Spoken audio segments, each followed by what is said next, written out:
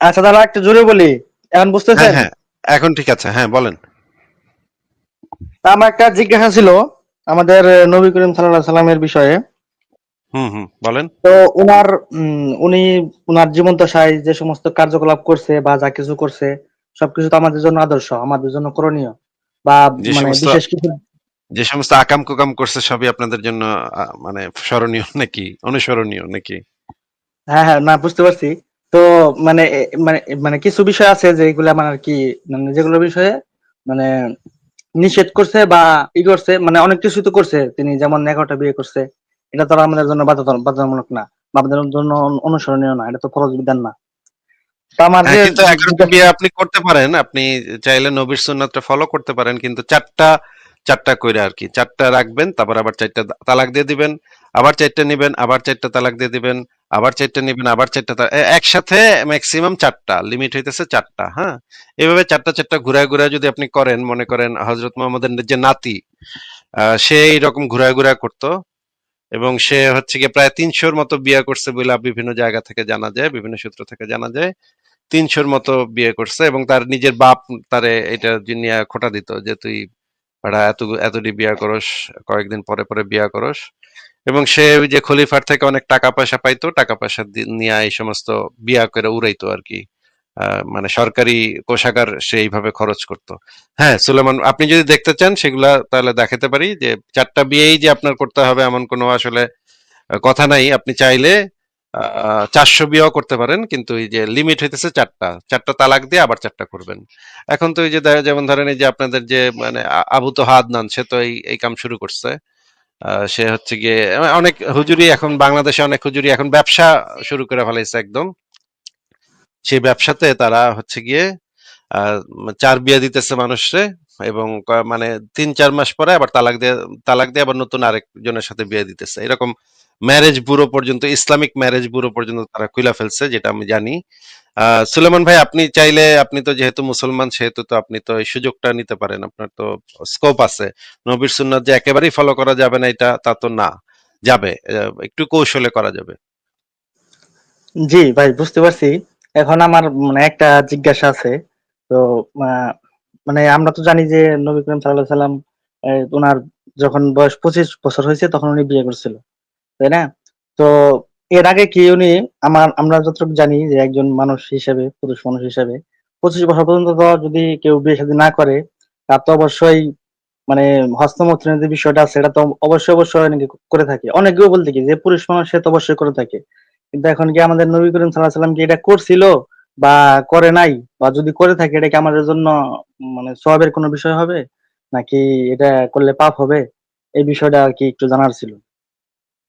ভাই, এটা তো কোথাও বলা নাই। আর এমন তো না যে মোহাম্মদ এই কাম করলে মানুষ শেষে বলবে পরে গিয়া যে আমি আগে ছোটকালে এই কাম করতাম। কিশোর বয়সে মানে যখন আমি ভেড়া চড়াইতে যাইতাম সেখানে ভেড়াদের দিকে তাকায় তাকায় আমি এই কাম করতাম। হ্যাঁ, মানে মরুভূমির ভিতরে ভেড়ার পাছার দিকে তাকায় আমি মাস্টারবেট করতাম। এটা তো আর মোহাম্মদে কইব না, তাই না? এটা করলেও তো কইব না। এটা তো কোথাও লেখা নাই।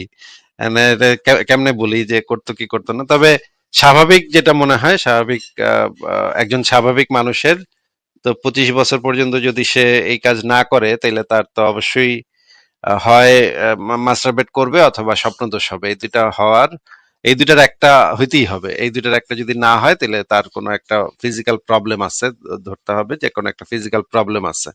কারণ এখানে তো প্রতিনিয়ত আমাদের অন্ডকোষে এই জিনিসটা তৈরি হইতে থাকে এবং যখন হচ্ছে গিয়ে একদম ভরাট হয়ে যায় তখন তো সেটা বাইর হওয়ার তো একটা রাস্তা লাগবে। এটা তো বাইর হইতে হবে। এটা তো আর জুই বসে থাকবে না, হ্যাঁ? ওইটা তো আর কিছু করতে পারে না, নিজে থেকে কিছু করতে পারে না। তো ২ টা পদ্ধতি, একটা হচ্ছে গিয়ে মাস্টারবেট করা আর একটা হচ্ছে গিয়ে স্বপ্নদোষ হওয়া।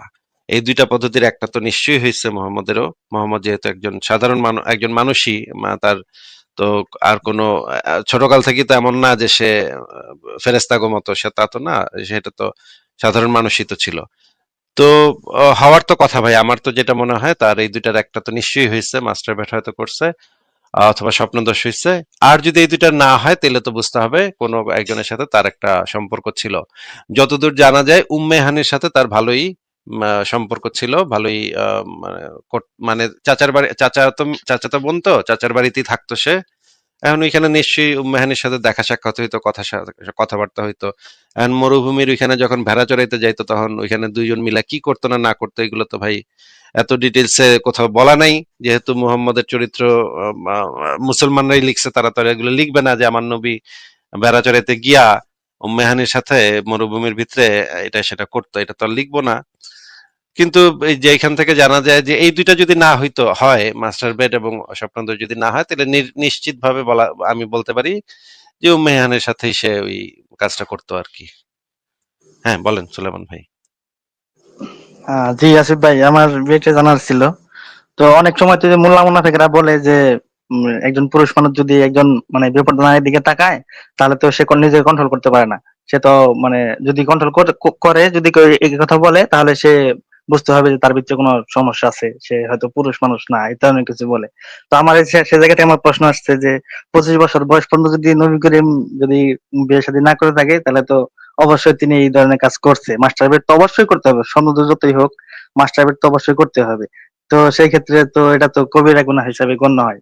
তো আমাদের ক্ষেত্রে কি কবিরা গুনাহ হিসেবে গণ্য হবে নাকি, মানে এই শুধু এটুকু জানার ছিল আর কি আপনাদের কাছে, এই আর কি। কিন্তু এই মোহাম্মদের যে বিধানাবলী দেয়া গেছে এটা নিয়ে পরে যখন আহ, যারা আইন টাইন প্রণয়ন করছে, ইসলামী আইন টাইন, তারা ওইখানে বলছে যে এটা একদম সম্পূর্ণভাবে হারাম, মাস্টারবেশন সম্পূর্ণভাবে হারাম। এই জন্য তারা যদি বলছে যে তোমরা যদি বেশি মানে ইসের ভিতরে থাকো, টাকা পয়সাও নাই, বিয়ে করার মতো টাকা পয়সা নাই, তখন অন্যের দাসীকে বিয়ে করতে পারো। অন্যের দাসীকে বিয়ে করার জন্য পয়সাপাতি লাগে না, অন্যের দাসীকে বিয়ে করার একটা সিস্টেম আছে, সেইভাবে পূরণ করার কথা বলা আছে। কিন্তু মাস্টারবেশন ইসলামে একদম সম্পূর্ণ হারাম। আচ্ছা ভাই, ঠিক আছে। তো এইটুকু জানার ছিল ভাই।